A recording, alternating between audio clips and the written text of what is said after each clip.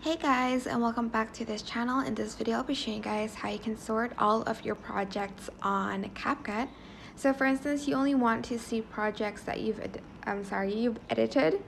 Press the three lines next to cloud here with the pencil and then select edit, and it will show you the videos that you've edited. And then for instance, you want to see just like the CapCut templates that you've used. Select the same thing again and then select the template instead, and it will show you the templates that you've used over the past